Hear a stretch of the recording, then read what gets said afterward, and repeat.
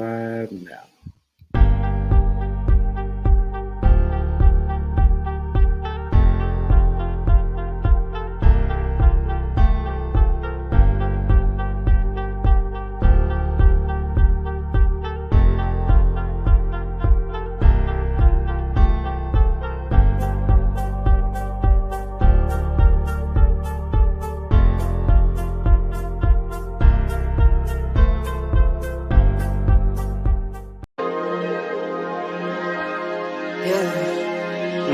I just wanna run it up. Can we check or something? I've been really in the field, let up,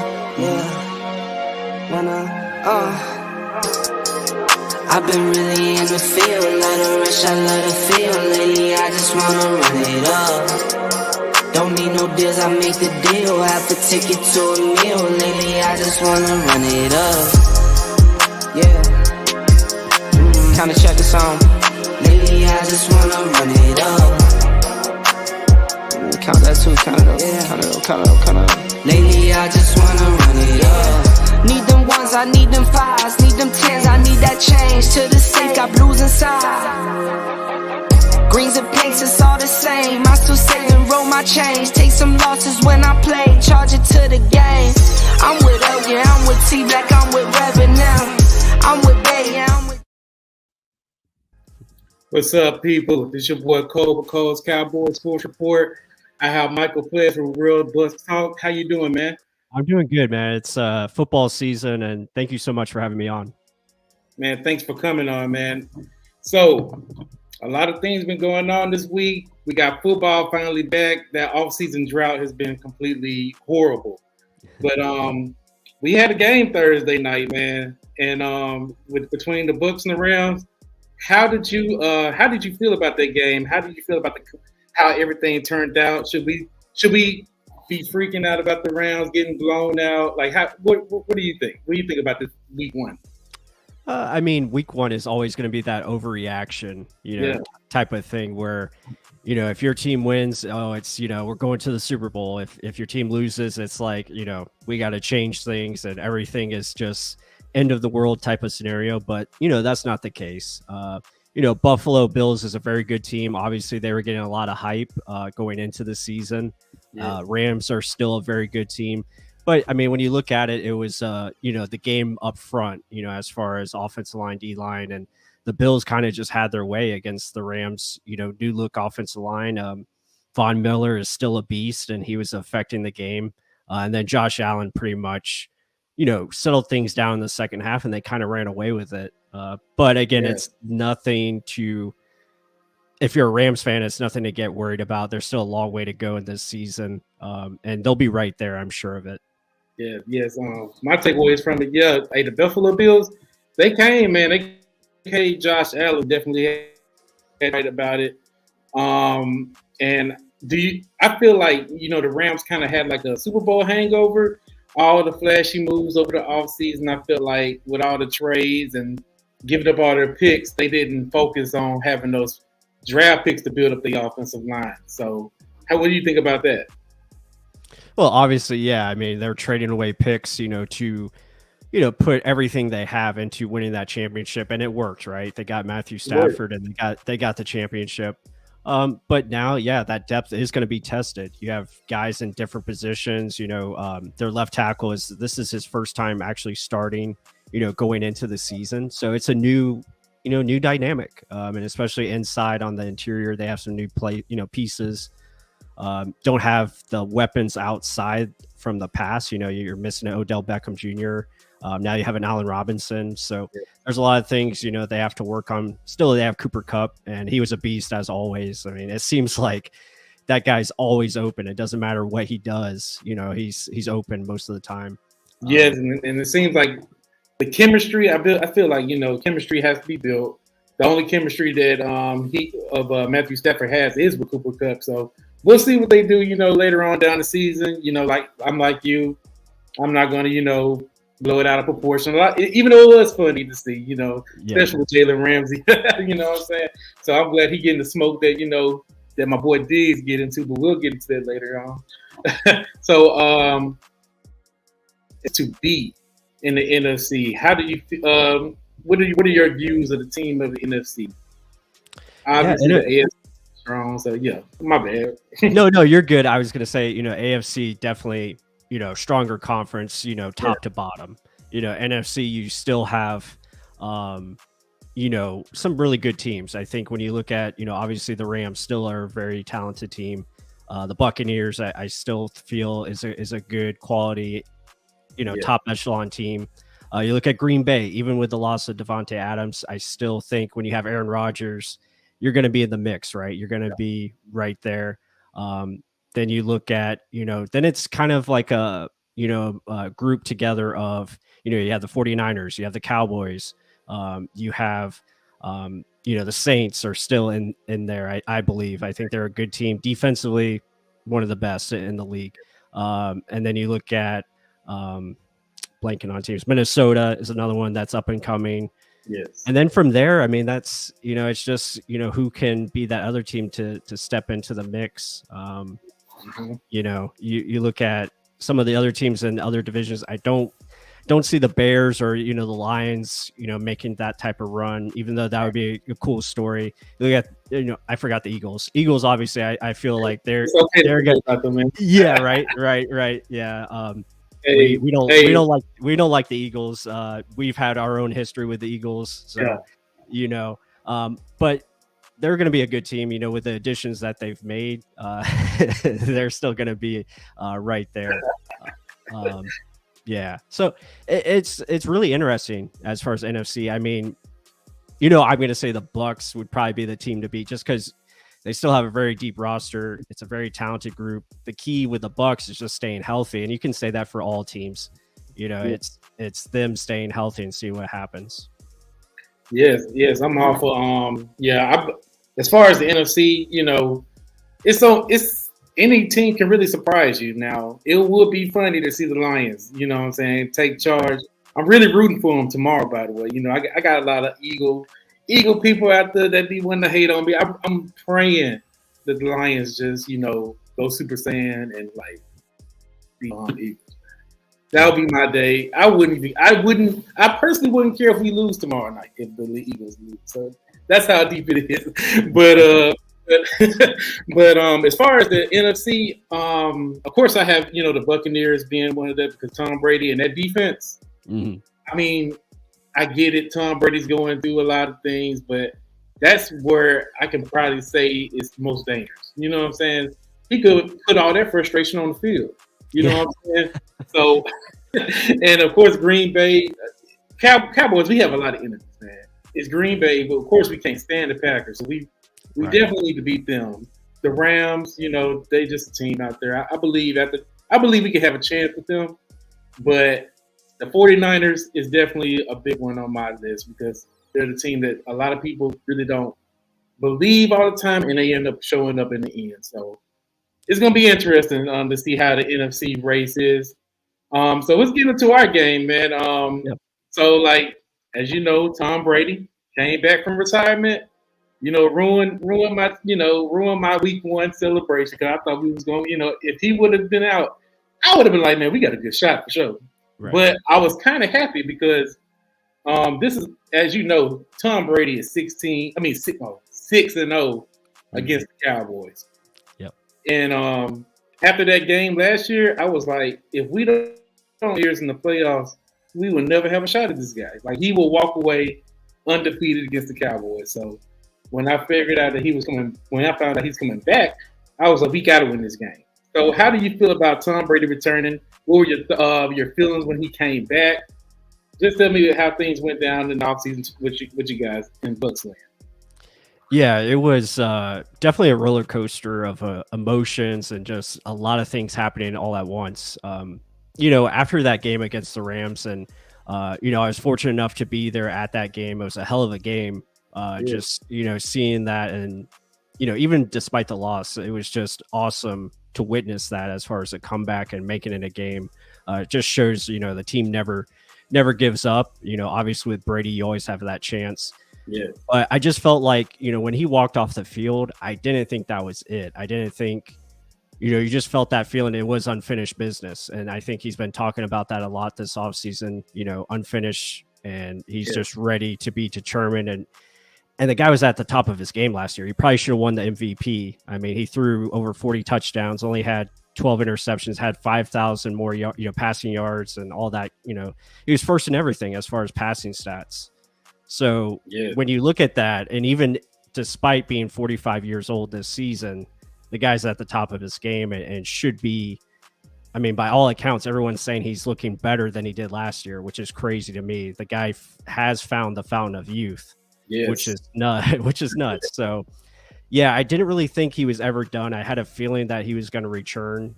When he did make the announcement, I was like, okay, we'll start to rebuild with our young quarterback in Kyle Trask, and maybe we'll make a move for another veteran, and see what happens there. But when he made the announcement, it was just go time. It was time to go all in again, and you saw all the moves they started making with re-signing their key guys back. And the additions that they've made, I think, have been really the right moves. I mean, adding a Russell Gage, adding Shaq Mason and others, Logan Ryan, a lot of good moves that they needed to make that I felt they probably should have made last year, but they were kind of content with the roster that they had. But sometimes you need that new blood in there, guys that just haven't won, or, just looking for that opportunity to, get more championships, or however you want to look at it. It's just, I think it's the right group of mix, going into this season. Yeah, definitely take advantage of the weapons that you have. You guys added Julio Jones. Russell Gage. Russell Gage is a receiver a lot of people not talking about. And let me tell you, Russell Gage was a quarterback. He could throw the ball. If he schemed the right way, he could be used in so many different ways. And we played him when we played the Falcons. He the way that they used him, he could be a weapon. So I kind of look at him like how I looked at Cedric Wilson when we had him last year. He was able to throw the ball too. So that can be dangerous, man. Like I like Russell Gage signing. Of course, Julio Jones, I'm saying, see if he still got some left, left in the tank. And Mike Evans. I mean, Mike Evans, that's Brady's go-to guy. So I'm definitely looking out for that guy, Sunday night as well. But let me get into, one of the problems that both of us kind of share, and that's our offensive line. How do you feel about the offensive line? Yeah, I mean, it remains to be seen. I'm still confident in the group. You have two really good tackles in Tristan Wirfs and Donovan Smith who are still there. That helps a lot because you can leave those guys on, one-on-one matchups and feel comfortable with them. As far as the new interior, again, you have a new center in Robert Hainsey. You have a rookie left guard in Luke Giddicky. And then you have Shaq Mason on the right side. So I think the right side is pretty solidified because Mason's one of the top guards in this game still. And he brings a lot of value to your run game, but also your, pass protection and do a lot of different things.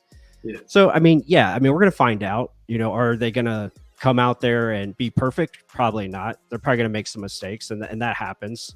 They just have to continue to get better. And that's what I think the Bucs front office and management and the coaching staff are looking for. Right. These guys to continue to make progress. And as we get into the later part of the season, these guys are really good, or at least above average, right? Above average where they can hold their own and be solid going into the playoffs. Exactly.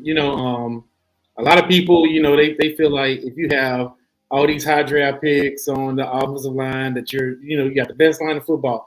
I always refer back to the 90s. When we had the 90s offensive line, I mean, they were the best offensive line in football, and none of those guys were wanted by any team.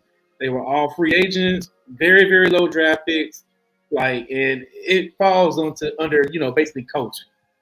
It's the offensive line coach getting them ready, prepared, that's where it's falling. So hopefully, what I'm saying, especially on my end, we have Joe Philbin. I don't know if you're, familiar with him, but yeah, we're not very hype on him, man. 2020, he did a good job for what he had. We was praised. We were like, hey, we got an offensive line coach.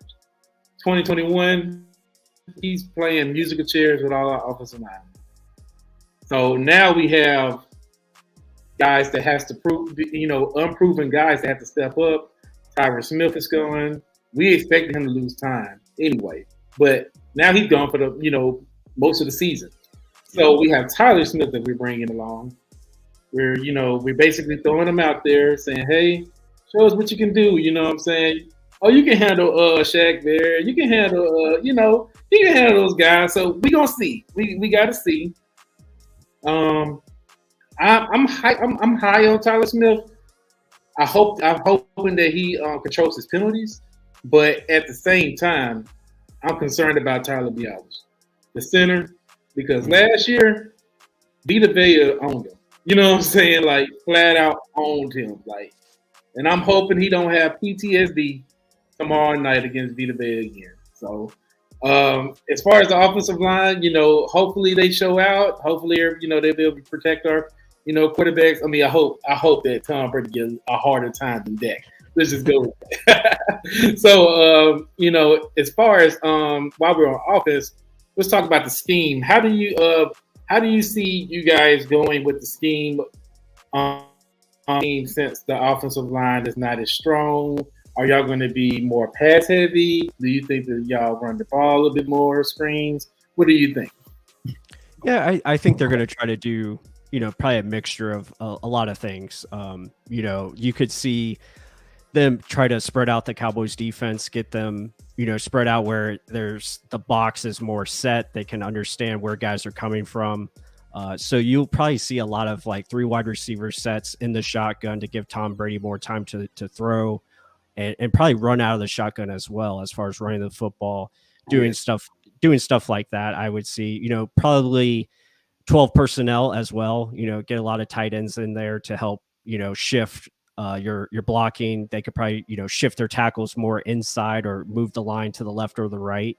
And maybe have a tight end go up against one of the edge guys to block, and maybe keep an extra running back in. So there could be a multiple of max protection looks that they could run, and I'm sure the Cowboys are going to do very similar things where they want to keep Dak in where it's he's heavily protected and you can still have time to throw or try to run the football.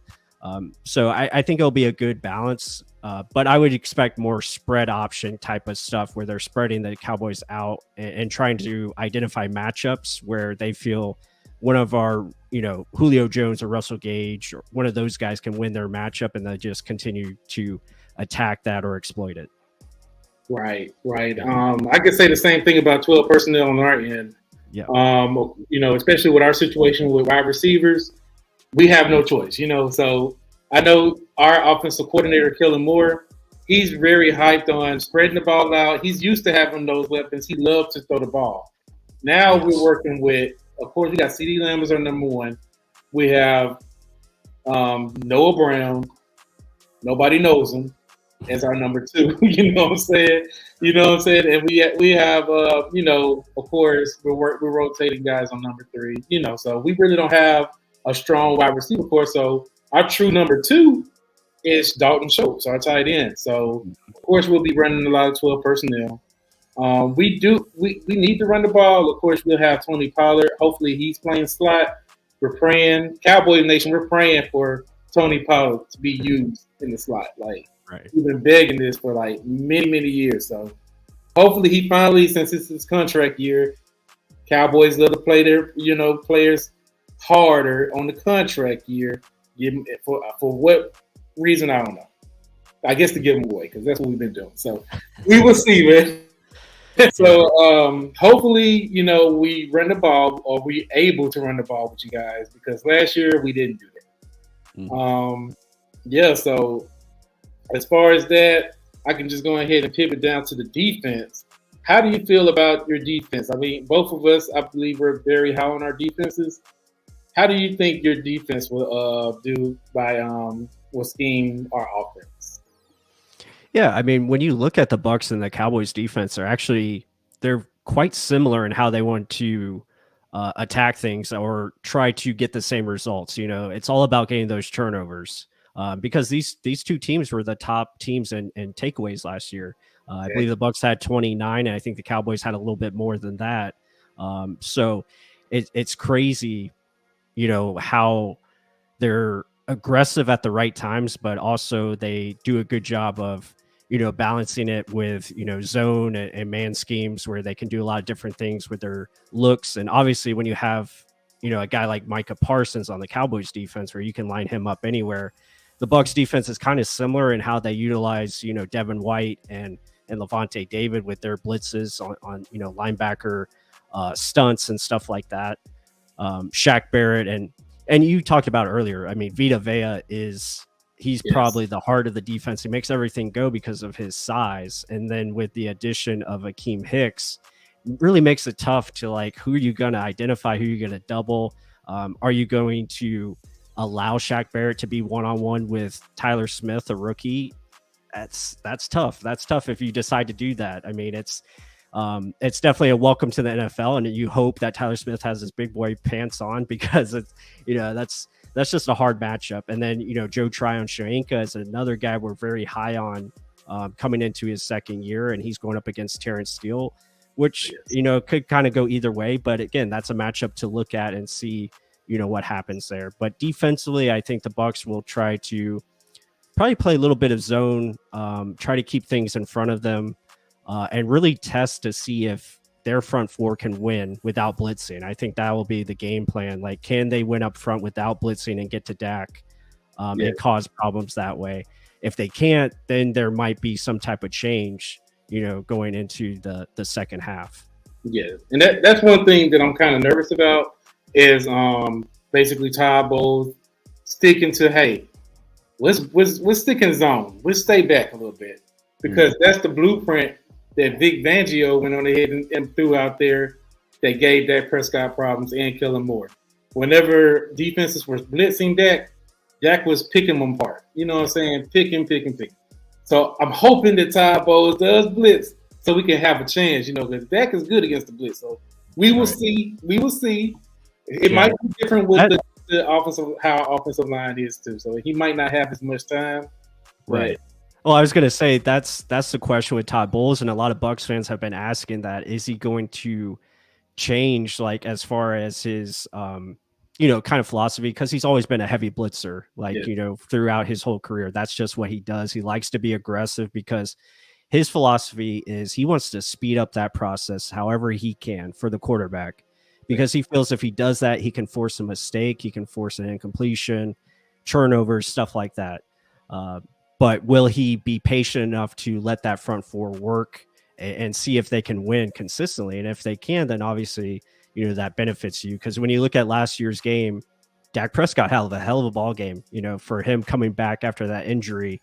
I mean, had over 400 yards, and they really did a great job of just getting rid of the football quickly, taking what they could, moving the chains, being efficient. And that'll probably be their game plan again, tomorrow. I think they're going to try to move Dak outside of the pocket, use his mobility, try to find Dalton Schultz on those, crossers and routes up the middle of the field. Definitely could be, what the Cowboys try to do. Yes, definitely. Dak would definitely be more looser this game.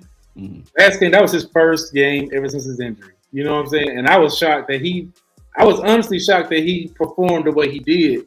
Because I'm like, he might be a little hesitant doing certain things. And he was. There's been times where he probably tried to run and kind of got scared, getting that first hit. But now he definitely is talking about running, scrambling a little bit more. I'm all for it as long as he know how to, slide down, don't take the hits, protect yourself. So I'm all for it. Hopefully, it'll benefit us. A lot of things that hurt us as well, I guess. It's the drops that we had on our defense, with CeeDee Lamb. So hopefully CeeDee Lamb actually catches the ball, when it's thrown to him. And as far as my defensive, how I feel about our scheme, I feel like with the problems with offensive line, with the young guys that y'all have, Michael Parsons is going to be all over the field. He's going to be on the edge. They're going to line him up in front of the center. Yeah. We have some guys. Dan Quinn, He knows how to work with the bargain basement shopping we have in our defense. We got a lot of guys that look heavily on no big names, but he makes that defensive scheme work. So hopefully with year 2, our guys can go out. We got Osa Digizua. He had a pretty good game. That was the guy that was trying to, calling out Tom Brady last year when he was a rookie. You know what I'm saying? So hopefully he goes out there and say, hey, you know what? I'm actually going to get the Tom Brady this time. We got, we picked up Anthony Barr from the Vikings. See if he still got some in the tank. Leighton Vander Esch, he's been coming up a little bit more. He had a pretty good, solid season. He hasn't been battling with no injury, so that's a good thing. See what he can do. And our secondary, of course, we got Trayvon Diggs.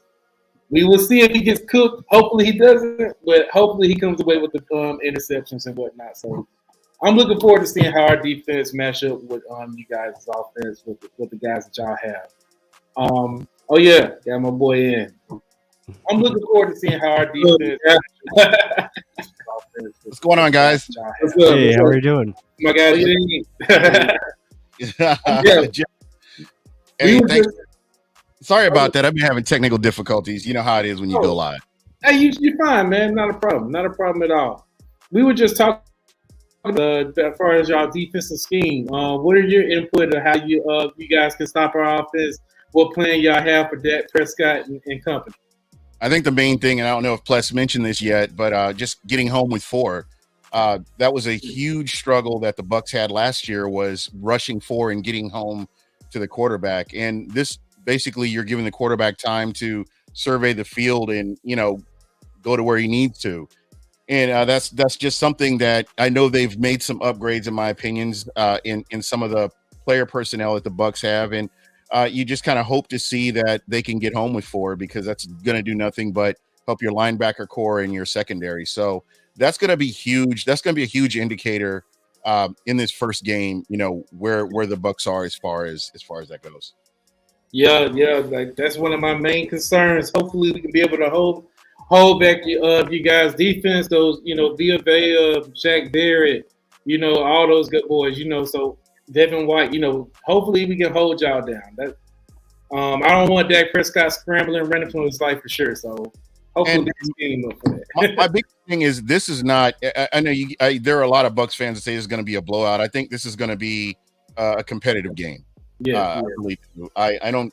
This is one of those games you can't write it off. You can't overlook Dallas, despite what they've done with personnel in the offseason. This team is going to come into play. They're at home. They're a professional team, so you have to give them. You have to be concerned about what they're capable of doing. Exactly. Yeah. What you were saying? I'm sorry, Chris. No, you're good. I was just gonna say. I mean, it's a road game, for the Bucs. I mean, they're going into, this is a tough environment going into Dallas Stadium, and it's season opener, and everyone's going to be hyped for it, right? So it still makes an impact. The Bucs we didn't even talk about it, like with the Bucs new center, making those line calls and like making sure everything's on the same page, the silent counts. All those little details matter, especially on the road. So is that going to pop up, for the Bucs as far as making mistakes or, stuff like that, false starts? Yeah, I mean, so I expect it to be a close competitive game. It was last year, and I kind of expect the same thing going into tomorrow night. We'll see how, hopefully it's a clean game, but I think it's going to come down to whoever makes that first, mistake as far as turnovers. Turnovers usually is what decides those games. It makes a huge difference. Who's going to make that first big impact play to really shift the game to one side or the other?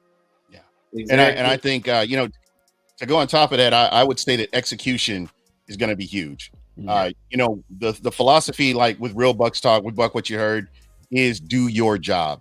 Whatever your assignment is, make sure you're taking care of your assignment and not worried about what else is going on around you. Take care of what you have to do. And that tends to lead to more comfort along the defense, as, trusting your partners, your other players, your teammates, as long as they're doing their job. Yes. And especially with the clean game, I'm hoping for a clean game.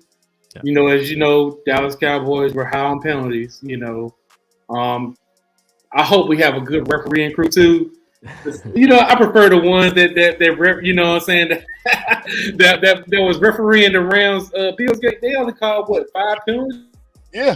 Yeah, of course we saw more, but that's all they were calling.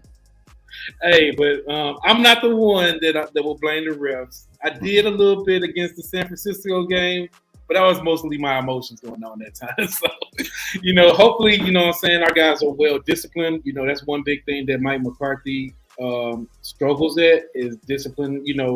Keeping his players clean. Abiding by the guidelines of the rules. So hopefully, we can keep a nice, good game. Everybody can enjoy it without the referees taking over.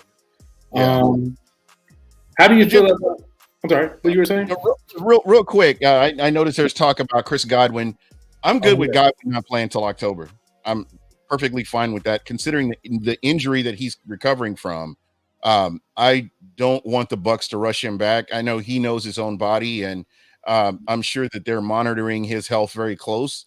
But my thing is, I don't want to see him get rushed back this early in the season when he's really going to be needed on the back end of the season.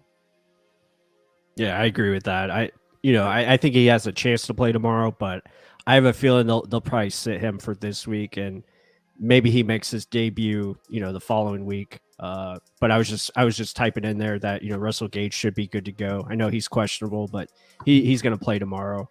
But Godwin, yeah, it's kind of like it's just like how he feels. It really comes down to if the doctors cleared him, and then how he feels about it, because really it's his choice. As far as going back in there. Yeah, absolutely. Yes. And I was surprised to see that, he wasn't ruled out. They didn't rule him out. So they're just going to keep it like, game time decision type of thing. I thought they were just really going to use it as a gamemanship that he might play, and then at the end of the day, be like, oh no, he's not going to play, so, and we completely ruled out Michael Gallup. I was thinking, like, this dude crazy. That's one of the Eagles. Is he coming off?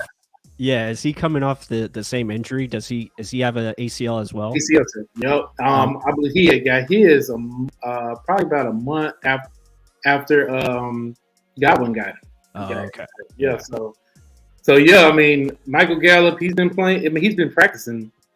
But I believe I want him to basically come back. Week 4. Get yourself right. Exactly. It's a long season.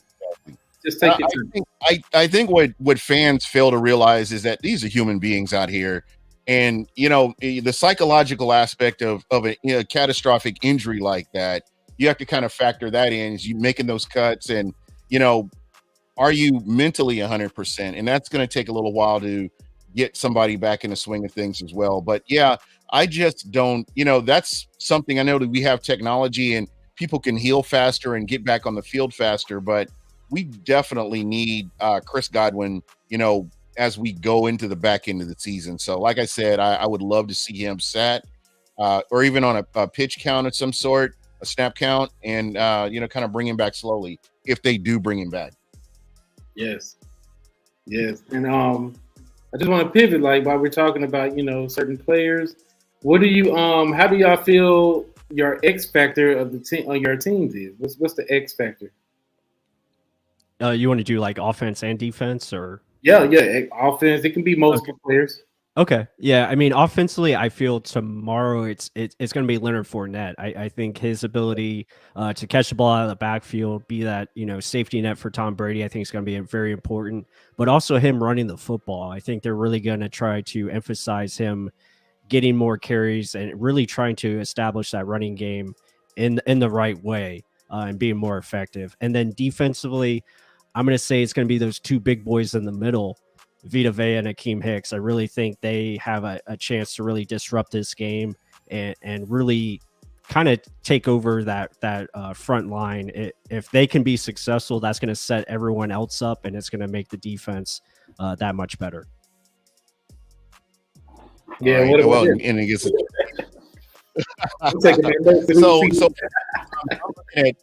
I'm looking at Joe Tryon Sharenka on defense. I think if he's been so close last year as a rookie, he was so close to getting to the quarterback. I think that he's really worked on his game in the offseason, and we could kind of see that in preseason. And I know you can't really read a lot in the preseason, but the fact that they've gotten him more snaps and he's getting a lot more comfortable with the speed of the game, I feel he could be an X factor on the opposite side of Shaq Barrett.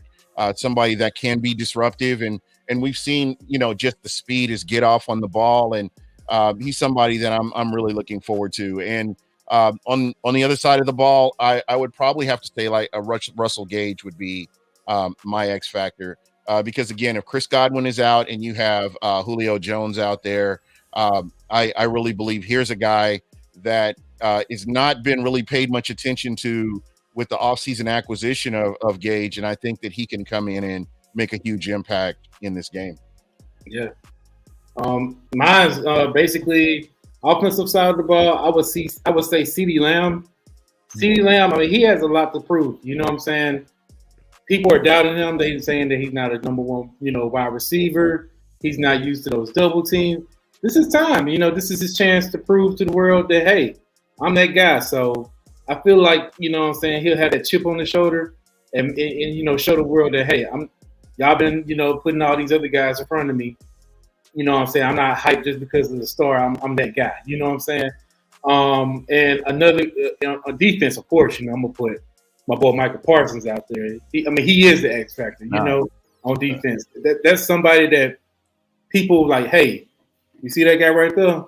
We cannot let him mess up nothing because that's his plan. So I did a whole video on him. So. Exactly. Oh, you did? Yeah. For you, do you feel like, when you look at your team top to bottom, when everybody's healthy, is CeeDee Lamb your number one receiver? Exactly. When he is our number one receiver. You know what I'm saying? Based on his body of work and what you see with him coming into the season and just looking at the overall scheme of the team, is he your number one guy? Yeah. I he had a great camp, man. Like every ball that was thrown his way, he made it happen. When we did our camps with other teams, he wasn't getting on. I'd never seen one clip of him getting owned by opposing corner. So I believe that he really will step up and be that guy. Him and Dak definitely been working, grinding hard, building up that chemistry. I believe he's really going to show the people out there that, hey, I'm that guy. So that's why I got so much hype on him. Of course, I'm rocking his jersey. You know what I'm saying? So yeah, I'm all in on CeeDee Lamb. And let's see. We're going to go ahead and pivot down to score predictions. Okay. Well, I'm saying? We can keep it 100 with each other. Ain't no hard feelings. Yeah. I'm gonna pick the Bucs, obviously. I have the Bucs 31, and I'm gonna say the Cowboys 24. So I think it's gonna be a close game pretty much all the way till the end. Right. Yeah, with that Tom Brady ended. All right. I'm superstitious. I normally don't do. It's fun, man. No pressure. I'm a guest on here, so I'm gonna go ahead. I'm thinking more like 21-14. Like I said, I think the defense. I think the Cowboys' defense is somewhat underrated in certain positions. And again, this is the Cowboys getting a chance to redeem themselves from last year. So I'm sure that this will be a closer game than what people are giving it credit to be. Yes. Well, of course, what I'm saying. I gotta have faith. We could finally get Brady. You know what I'm saying? He's gonna walk into retirement undefeated against the Cowboys. So I would say we'll pull this thing off 20-17. 2017. Field goal walk off. So wow. Yes. I'm that defense just gonna hold Brady down, give him a hard time. I just what I'm saying, we got to make it happen. And let's go ahead and let's go with some bold predictions just to have a little fun. What are you guys' bold predictions? Oh man, bold predictions. I want to say that the Cowboys returner Chirpin won't return a kickoff for a touchdown, because that guy is he's like he's another X factor that, we have to watch for, because, everyone knows the Bucs special teams isn't the greatest. That, it's something to keep an eye on, especially punt returning and, coverage. Maybe, just punt return coverage. that is something to watch. I'm hoping our punter just kicks it out of bounds. Hopefully that's the game plan, because that guy's legit. Chirpin reminds me a lot of Dante Hall, and I know that's high praise, but he just has that shiftiness, that can make things happen back and there. all he needs is that seam. That's all Right, he needs. Seam and he's gone. And he just knows how to do it very effectively. Very similar to the Saints returner, who always gives us, problems. Yeah. So, I guess bold prediction was just not letting him score. That will be mine. I mean, maybe another one. I think Leonard Fournette, like I said, he's the X factor. I think he'll have a very good game. I say he combines for 140 yards through the air and running, and I say he has 1 touchdown. Okay. Wow, he just kind of stole my thunder there. Yeah. That was where I was going. I was going with Leonard Fournette, 100 yards on the ground. Oh, yeah. Man, he get 100 yards on this. Woo. And I just, the one thing that the Bucs have been getting knocked, about their O-line, but their run blocking is really good, and it's underrated at times. But I think they're, that could be one of those situations where, with Todd Bowles and Byron Leftwich, I know, watching Real Bucs Talk, that the Bucs are looking to run a lot more this season than what we've seen in seasons past. So, you draft a Rashad White, rookie out of Arizona State, and bring him in, a young man that, showed pass catching abilities, and we saw flashes of that in preseason. So they're really keying in on making the running game a huge part of the Bucs offense. Yes. Well, my bold prediction, plus actually 2 minds, with Turpin. I was like, he was going to take one to the house, man. Hey, that dude right there. Hey, special teams is a big thing for us, because I pivot back to our last game. If our kickers make that kick, we win the game, so yeah. Hopefully our kickers, we need special teams. So special teams with Turpin, I want him to take a kick return and a punt return back to the house. Yeah. Hey, but it's been a pleasure having you guys on my show. Hey, like I said, a year ago I wasn't even doing content, and around this time a year ago I was watching y'all content, getting notes on the Buccaneers, man. So I appreciate y'all coming around and coming to my show. It was great. I'm glad you're doing it, man. That's the great thing about being able to put out content. Yeah. There's a niche for everybody, and it's not about competition. It's about, okay, I feel comfortable listening to you, and I'm going to tune in and I have you on rotation. Like, plus, if I don't catch a show live, or when he puts it out, he tweets it out, I usually catch it at work, because I don't do anything but just kind of listen to content. So I've got him on rotation, and there are content creators out there that you just are interested in listening to. So keep doing what you're doing, my friend.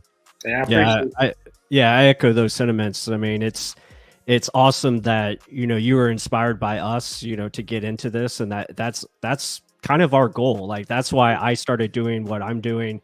It's to inspire others, to maybe see if this is something they enjoy doing. And I would just echo, keep doing what you're doing, continue to build, and just think about what kind of content you want to put out there, and this was really fun to be a part of. So thank you so much. Appreciate you.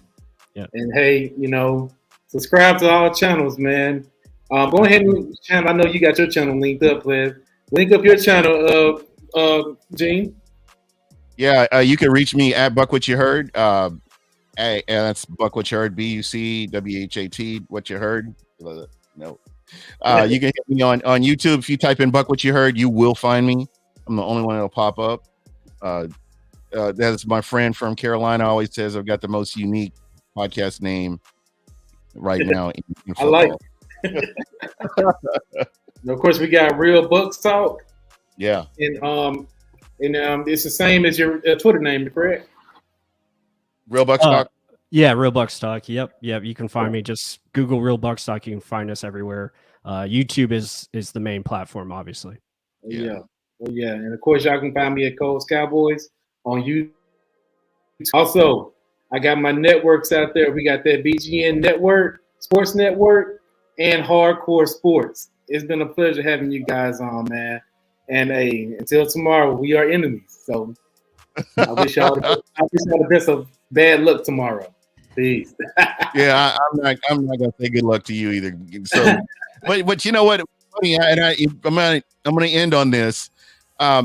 Football is like a microcosm of the world, where we all have differences, but when we can come together and talk about something common like football, that's what makes the sport great. That's what you look forward to in the season. Because personally, I hate the Cowboys more than New Orleans. But when you can sit here and have a conversation with somebody and not make it all, because I'm not much of a trash talker. People I'm close with, but for the most part, I respect people in their teams. But I love the fact that I could come on this show and you could talk about the Bucs and you could talk about Dallas, and we can compare and just collaborate, and that's what makes it great. So thank you. My pleasure, man. My pleasure. Any last words from everybody here? Y'all good? What you got on the ground? No, I'm excited for tomorrow. Again, week one is, always a great time for the NFL. But yeah, I mean, seeing our teams play tomorrow, and especially on Sunday Night Football, you're the only game on, so it makes it that much more special. It's going to be a lot of fun. And I can't wait. Can't wait to get it started. And again, thank you so much for having us on. Is Antonio Brown coming to Dallas to help your locker room? Oh no, we don't want him. You know what I'm saying? Hey. He's doing good doing music videos, so we good, man. On that note, we got to pivot out of this thing. Y'all be good, man. Be easy. Yeah. I just want to run it up. Kind of check or something. I've been really in the field,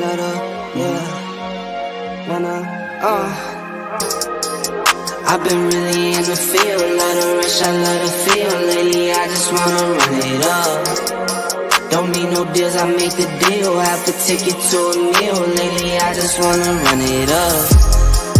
Yeah. Kind of check or something. Lately, I just wanna run it up. Count that too, count it up. Count it up. Lately, I just wanna run it up.